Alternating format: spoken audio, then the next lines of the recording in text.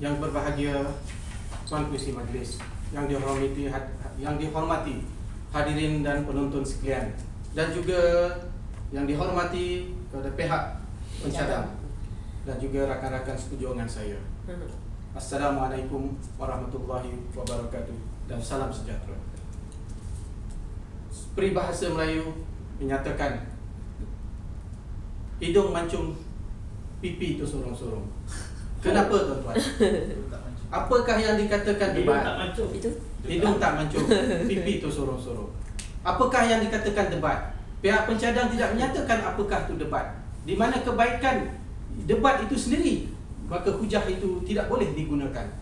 Tuan-tuan dan puan-puan, debat adalah satu kegiatan kumpulan ataupun individu untuk menerangkan, menegak benang yang basah.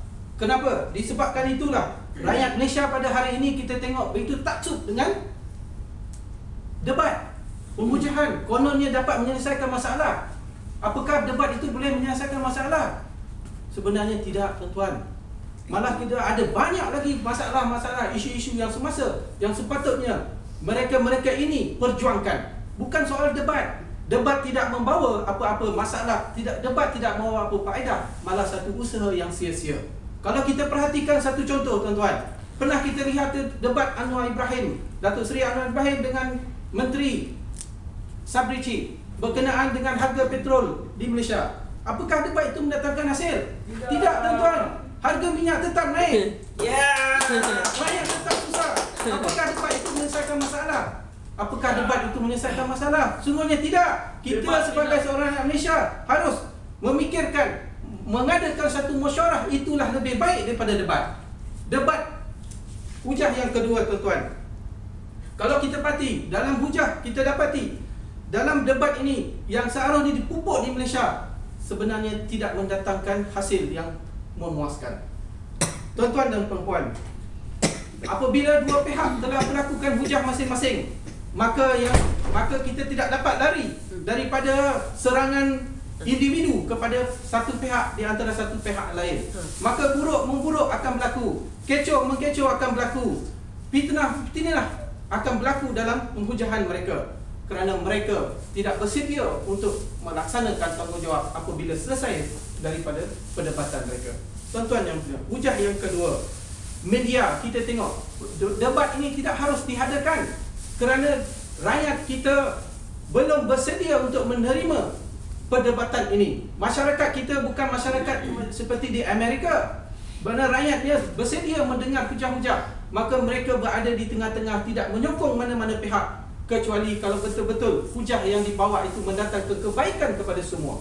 Tetapi pada hari ini kita dapati media telah mengambil kesempatan daripada perdebatan ini. Kalau baru-baru ini kita tengok perdebatan yang berlaku, yang saya pasti semua itu telah diambil kesempatan oleh media, telah menyatakan bahawa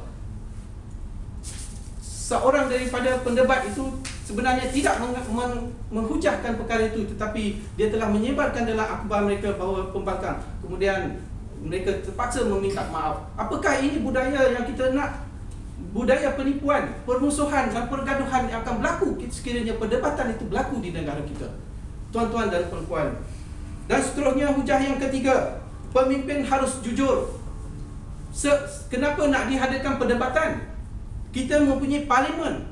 Di parlimen, ahli-ahli parlimen telah berdebat sesama mereka demi untuk kebaikan rakyat. Apakah kita perlukan satu lagi perdebatan di depan masyarakat yang terbuka? Malah dia harus dipupuk. Itu adalah satu idea yang sia-sia, tuan-tuan. Seharusnya, kenapa wujudnya perdebatan antara golongan di Malaysia, pembangkang ataupun kerajaan? Seharusnya kerajaan harus melaksanakan tanggungjawab sejujurnya apabila amanah itu diberikan kepada mereka. Apabila amanah diberikan kepada mereka, maka rakyat akan puas hati, maka tidak ada bangkangan ataupun tidak puas hati daripada golongan masyarakat bawahan. Tuan-tuan dan puan-puan, saya kata debat adalah satu perbuatan yang sia-sia. Hendaklah kita tidak seharusnya memupuk budaya itu di Malaysia, di negara kita. Belum bersedia, kita bukan sama dengan negara barat. Negara barat mengajarkan perdebatan semata-mata untuk memperjuang untuk memperjuangkan untuk rakyat. Tetapi di Malaysia perdebatan itu dibuat untuk kemenangan parti masing-masing, untuk golongan masing-masing, bukan untuk rakyat Malaysia.